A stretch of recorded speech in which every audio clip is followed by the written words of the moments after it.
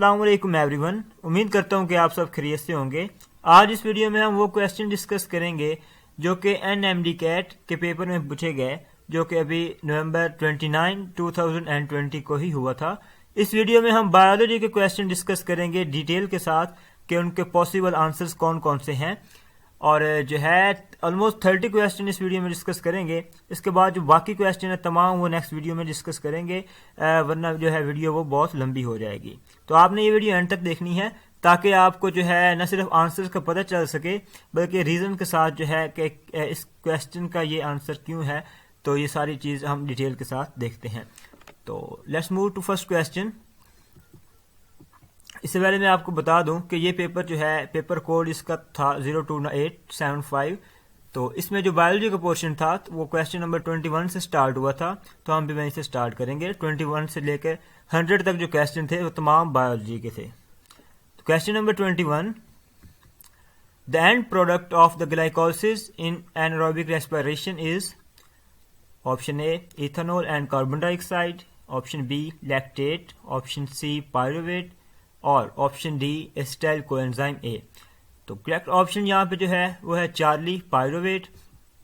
आप देख सकते हैं कि जो ग्लाइकोलिसिस में एंड प्रोडक्ट बनती है वो पायरुवेट ही होती है, तो इसका करेक्ट ऑप्शन जो है वो चार्ली ही होगा। Next question, question number 22, which one of the following is not related to the envelope virus.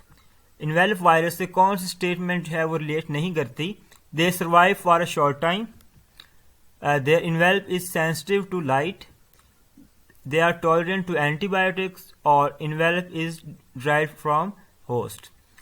तो यहाँ पे जो स्टेटमेंट है जो कि envelop वायरस से रिलेट नहीं करती, वो यहाँ पे जो बेस्ट ऑप्शन है that is the Charlie, they are tolerant to antibiotics. बाकी जो है options, they envelop is derived from host और they survive for a short time और they are sensitive to sunlight, वो किसी हद तक जो है वो इससे मैच करती हैं। तो यहाँ पे जो करेक्ट ऑप्शन है कि जो स्टेटमेंट इससे रिलेटेड नहीं है that is the Charlie, they are tolerant to the antibiotics. Next question, question number 23, numerous opportunistic diseases attack a person suffering from one of the following disease, measles, influenza, hepatitis A और ads. तो इसका जो correct option है वो है delta ads. जिसको ads होगा तो उसको और भी बहुत सारी बीमारियों के जो है वो खतरात का सामना करना पड़ता है। Next question, question number 24, the complete mature infectious virus particle is known as venom, genome, virion और द कैप्सिड। तो वायरॉन जो है that is the correct option, Charlie is the correct option. Question 25, which one of the following is not true about the human immune deficiency virus HIV। HIV से मतलब कौन सी statement जो है वो correct नहीं है। इट इज अ रेट्रोवायरस, ये correct statement है। It is surrounded by an envelope, it does not cause AIDS और it cause deficiency of the human immune system. तो बाकी तमाम स्टेटमेंट जो हैं वो उसके से रेलिवेंट हैं सिवाय ऑप्शन सी के, it does not cause AIDS, हालांकि ये एड कॉज करता है। तो यहाँ पे जो करेक्ट ऑप्शन है वो है Charlie, it does not cause AIDS. Question number 26, select a method which cause the oxidation of chemical constituents of the bacterial cells, steam, dry heat, filtration और द रेडिएशन। तो यहाँ पे जो करेक्ट ऑप्शन है that is beta, dry heat. ये exact book की line है, अगर आप पढ़ें केमिकल कंट्रोल जो है बैक्टीरिया का चैप्टर नंबर 6 फर्स्ट ईयर की बुक में, तो वहां पे जो है ये आपको मिल जाएगा। ड्राई हीट जो है that causes the oxidation of chemical constituent of bacterial cell. Next question, question number 27, which one of the following is true about the structure of the typical bacterium? It has cell wall, it has cytoplasm, it has genetic material और all of above। तो ये तमाम चीज़ें जो है एक typical bacterium में present होती हैं। उसकी सेल वॉल भी होती है, साइटोप्लाज्म भी होता है, उसके अपना जेनेटिक मटेरियल भी होता है। तो all of above is the correct option. Question number 28, red algae do not contribute towards making coral reefs, forming limestones deposits and making fertilisers and forming chalk deposit.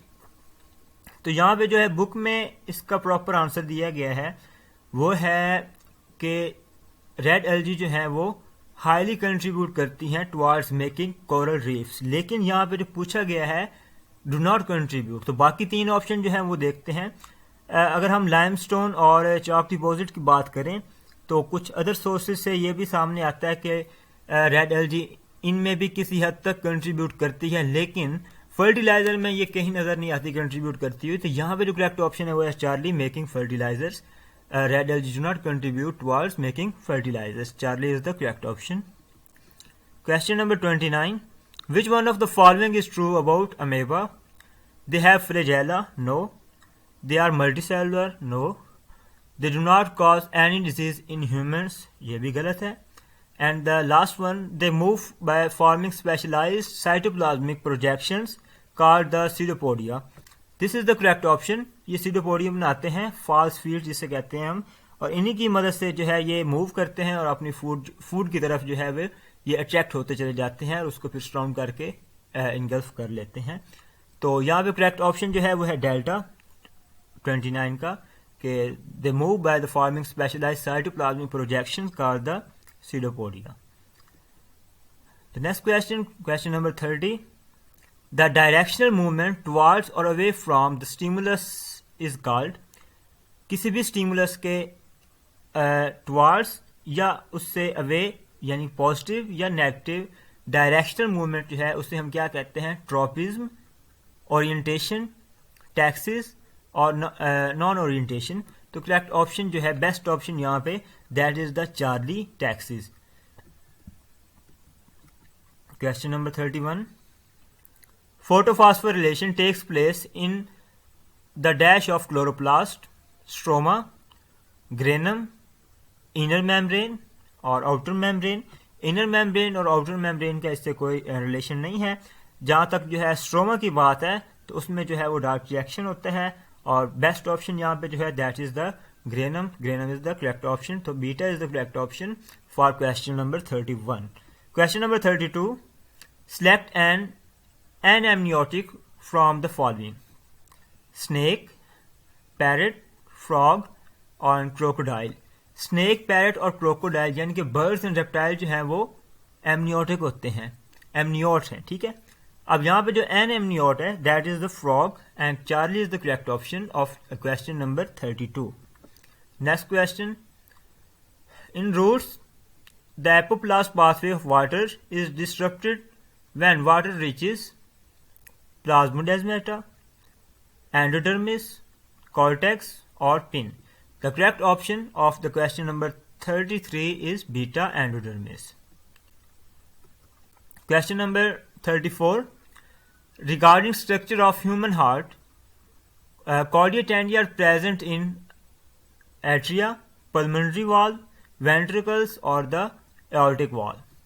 तो करेक्ट ऑप्शन जो है इसका Charlie है, ventricle में present होते हैं। ये diagram में आप देख सकते हैं, दीज आर द कॉर्डियोटेंडिया, जो कि वेंट्रिकल्स में वाल्व को उसकी जो है वाल्व के साथ, वेंट्रिकल की वाल्व के साथ उसको कनेक्ट किए हुए होते हैं। एट्रियम और वेंट्रिकल्स के दरमियान जो होते हैं वाल्व्स मौजूद उनको। Next question, question number 35. The only vein in the human body carrying oxygenated blood is femoral, pulmonary, renal और the iliac. तो ऑक्सीजनेटेड ब्लड कौन सी वेन कैरी करती है? That is obviously pulmonary vein, जो कि लंग्स की तरफ से जो है आती है, that carries the oxygenated blood in the body. Question number 36. The cells which play very important role in developing immunity are monocytes, neutrophils, lymphocytes or the thrombocytes. Here the correct option is Charlie, the lymphocytes. These play important role in developing immunity. The question number 37. Which one of the following blood vessels have the highest pressure of blood? Aorta, pulmonary artery, pulmonary vein और the vena cava. Highest blood pressure जो है वो aorta में होता है, जबकि lowest जो है वो वेना केवा में होता है। इस ग्राफ में आप देखें, हाईएस्ट जो है blood pressure that is aorta और जो लोएस्ट है that is of the vena cava. Next question number 38. Autoimmune disease act at the principle of self against antigens, antigens against self, self against self, और the antigen self destroyed. तो इसका जो best option है that is the Charlie, कि self against self के principal पे ये act करती हैं, क्योंकि ऑटोइम्यून डिजीजेज में जो है अपनी ही बॉडी के हेल्दी सेल जो है वो डिस्ट्रॉय हो रहे होते हैं, तो इसमें जो है सेल्फ अगेंस्ट सेल्फ जो है that is the best option. Charlie is the correct option of question number 38. Question number 39. In human heart the left atrium receives the superior vena cava, inferior vena cava, the coronary veins और the four pulmonary veins. तो इसका correct option जो है वो है 4 pulmonary veins. जो है heart का लेफ्ट एट्रियम वो 4 pulmonary veins रिसीव करता है, राइट साइड से और लेफ्ट साइड से आने वाली जो है veins वो रिसीव करता है. You can see in the diagrams. Question number 40.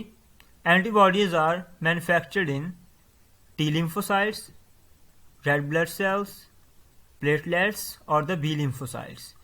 तो एंटीबॉडीज जो होते हैं वो B lymphocytes बनाते हैं एंटीजेंस के अगेंस्ट, जबकि जो T lymphocytes होते हैं वो डायरेक्टली किल करते हैं पैथोजेंस को, उन पर डायरेक्टली जो है अपना असर दिखाते हैं, उनको डायरेक्टली उनको फेस करते हैं, जबकि B lymphocytes होते हैं वो एंटीबॉडीज बनाते हैं.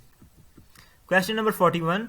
Law of independent assortment states that each pair of alleles assort independently of other pairs of alleles during gamete formation. This seems to be a good option.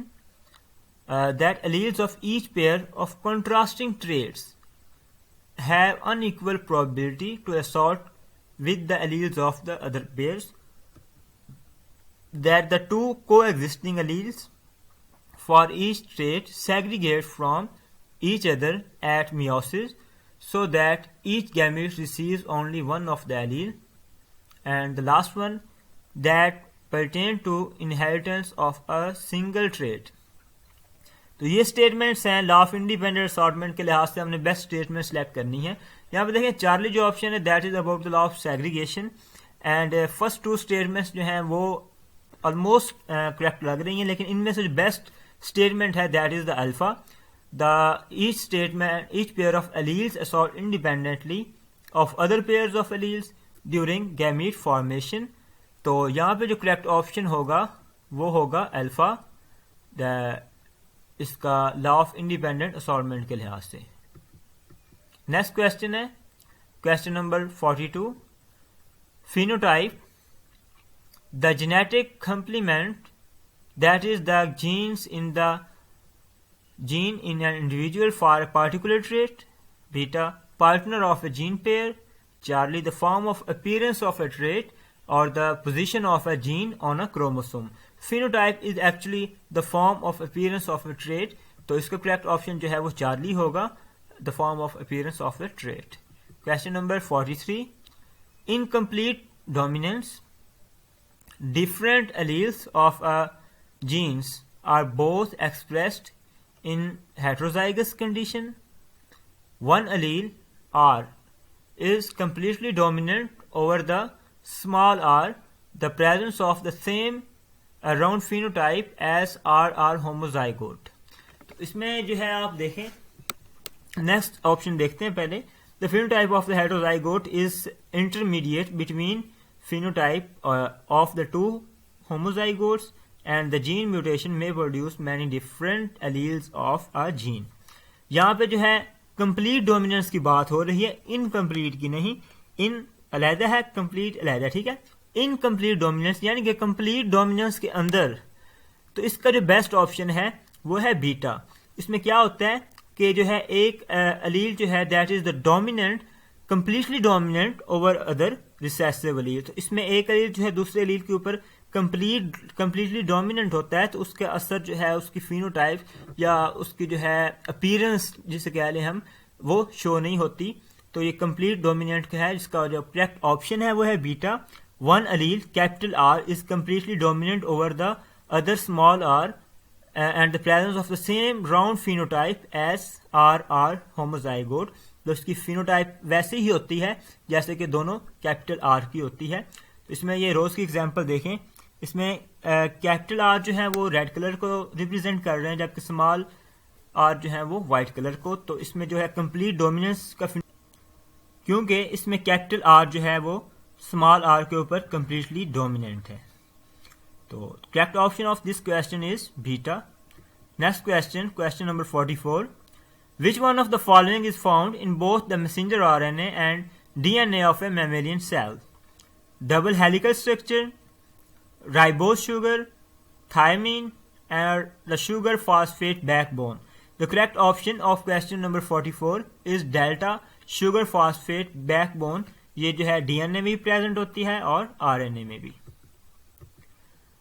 The cells in our body are all genetically identical apart from the somatic cells, reproductive cells, muscles fibers, white blood cells। बाकी तमाम cell में जो है वो mitosis होती है, जिसकी वजह से वो जेनेटिकल आइडेंटिकल होते हैं, सिवाय रिप्रोडक्टिव सेल्स के जिनमें मियोसिस होती है। तो बीटा जो है करेक्ट ऑप्शन है यहाँ पे, reproductive cells is the correct option. Question number 46, the transcription is a process in which RNA copy of the DNA sequence and coding of the gene is produced with the help of enzyme called DNA polymerase, RNA polymerase, DNA transcriptase और the RNA transcriptase। तो correct option यहाँ पे जो है वो है RNA polymerase। Exact statement है ये बुक की, अगर आप देखें तो beta is the correct option. Question 47, the particular array of chromosome that an individual possesses is called genotype, phenotype, karyotype और द अलील। तो इसका करेक्ट ऑप्शन जो है वो भी कैरियोटाइप है। This is also easy question, the same statement from the book. तो इसका करेक्ट ऑप्शन है karyotype, the array of chromosome that an individual possesses. Next question है question number 48, during meiosis the homologous chromosomes come together and form pairs. This process is called linkage, synapsis, pairing और crossing over. तो meiosis के दौरान जब homologous chromosome एक दूसरे के करीब आते हैं और पेयर्स बनाते हैं, तो इस प्रोसेस को जो है वो साइनेप्सिस कहते हैं।